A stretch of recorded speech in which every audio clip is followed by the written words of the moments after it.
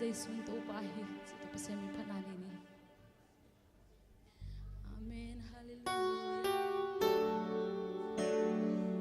Amen, hallelujah. Jesus tô pa hi sina pantu ki soama tô pa hi uke teu kukti leke teu in pati sesu in tô pa hi sesu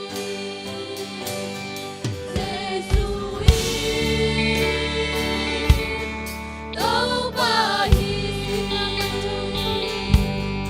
sina pantu ki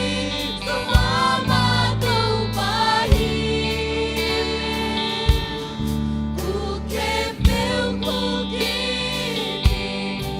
leke teu in pati sesu in tô pa hi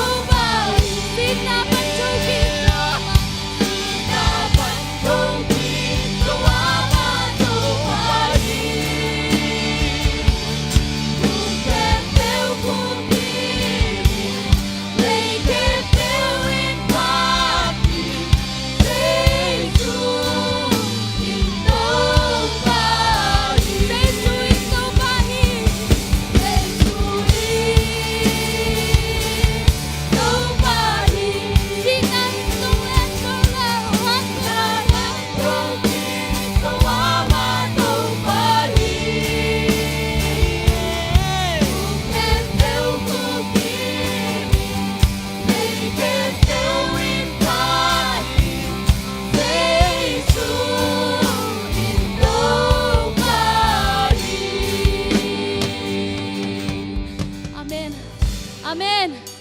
Giêsu tô pa hi sinan len solo a thau kik Giêsu hi amen. Nang le kei tang ding amo nei lo pi ama sim khwan tuang ki khaya. Amen.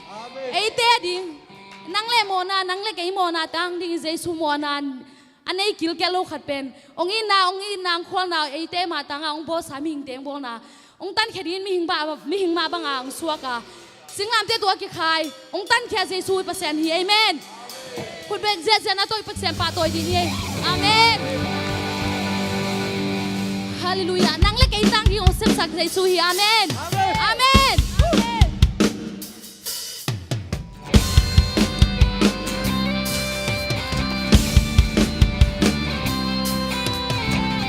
Hong hon pa, hong tan pa, lấy vui ban cây nong lang tàu hi. A ton tu na lian hi, nun nang bang king non cây ning ba tung pa ni. Pa se ta pa Giêsu.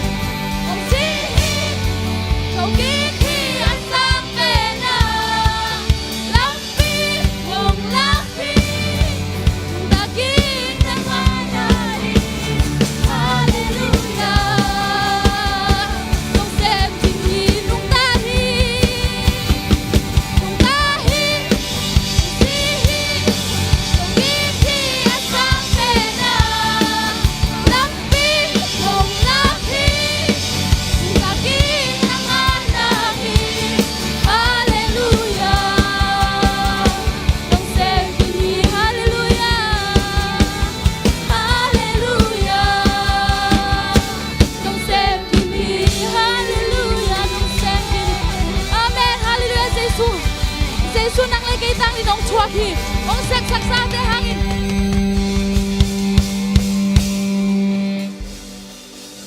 ông sep sa ma te hangin ei teng bang in chang he chibang an ta thei te hi hang sang kam te amen ông tan pa hing hi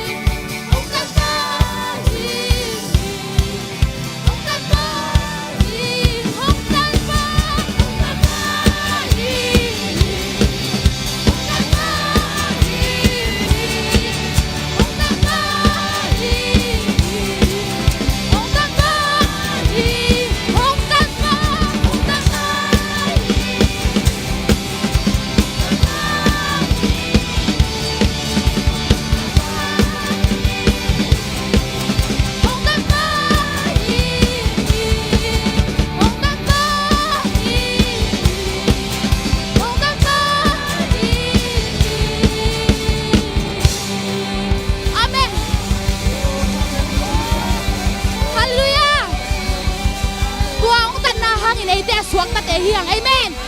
Satan đi rồi hết dịp dấu lâu tua hột khiến nào ông tạt khiến nào hàng ấy tế xuống ta ama mình chana đi là cắm ra đi là xem cái tế hiền amen cái xuống ta dấu in đi vác biết yang dễ dễ đi mà tu đi bên nuông này dễ xuống cho kinh na nuông ra vác biết chana đi ra luôn xin tắc đi con câu vào mà đi xuống đi nè sang gần đây oh hallelujah amen Satan hông hết dịp Sun hong thang piazzo da quale na campel Ozo sacrito Wazona lai Sami Wazona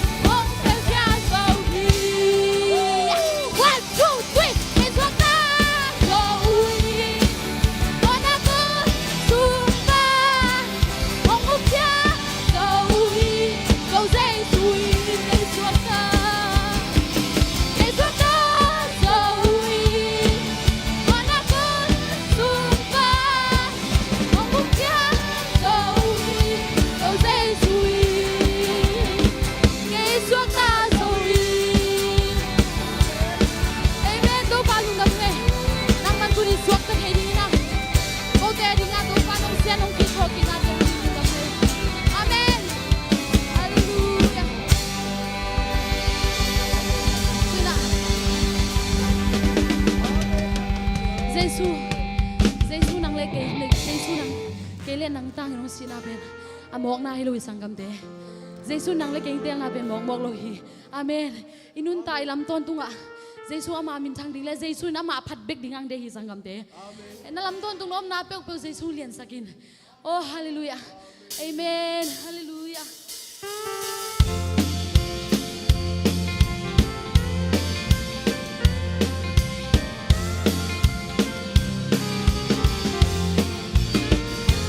lam ton tung nga ke hong pa pi hong ya hong dali ton tung pa sia ke sung nung ta hi abang len na to ke hong tua mi lo ba lian me ton tung pa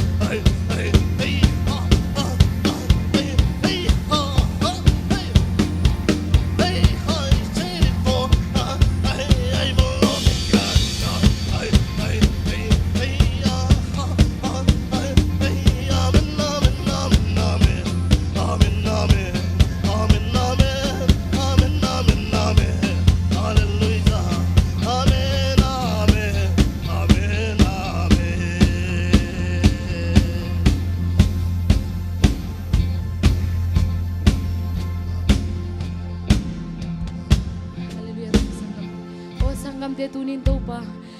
to pa nung tatyan natin na lungdam ko zazanain to pa to kadbe kiya blay ni o hampa na kisahiyam sanggam te tunin to pa o nang leke ding say suong si sese o nang ibang lo pinang leke mo na ipia ding say suong si sese na ong tatya sese say suki o say sun nang hallelujah o itang lo pi ngai bang lo pi hallelujah o mo na ikat hallelujah o ong tatya natin na lungadam hiyam sanggam te o hampa na kisahiyam sanggam te o kay hampa kisalway amen o lay ito nga mihisa ki kom kala o nang lekein to hitsibangin Jesus sanga o hallelujah ang tatkian natin hitsibangin amaya to patoy tiya o iyong pensanggam te hallelujah hampaki salwain sanggam te amen hallelujah sanggam na nalungsim kempel to o to pato nalungdam ko na kande nilay o nalungsim to ang pan hiyong sina Jesus nang matangin o sinang tatkian na hangin amay mahisa kaila o nang main to pa o van gam hitsidang hile katungtak pirihiyam Jesus nang magamatung lang kam luku kang adihiyam o Jesus nang man Jesus de na bang anung taning le sanggam te tuni o ipum pirung si makati katbe to pato kya na laylay ni o nang mama nalungdam natin kat ito to bang amen hallelujah mo kanuntag na nung ina kang ay sutya hampalwa iye kato Jesus hangin ama na ascendin kanunahong temanin minasihilo o panasen kahilay itong hampan na tuwang-tuwang lay itong hampan na tuwang-tuwang kaet kakakwadang siyang kadbebig siyang katanin kasele naghempe wapiang sakpa wapiang sakpa abol pa kanayaki ba ahaw pintahilang ka kipoki hampalwa ingin hampasin masing man to pait na liang lua esay lua sa lungdang lua ingin anong tagato say suhangin bihang papet-petun kahihin say suhon pahon yan na tayo kwam ya pisun mo na sunga sidin ka umlay ta sidin ka umlay ta tuwin hon pa say suhang suatang nagangang amen hallelujah suatang kahason kampasin simo kamlong-long simo kailan ta kanun na o nakampalsen masasen man o mihisay lay kay taktil bang lasang nung ang mahong chay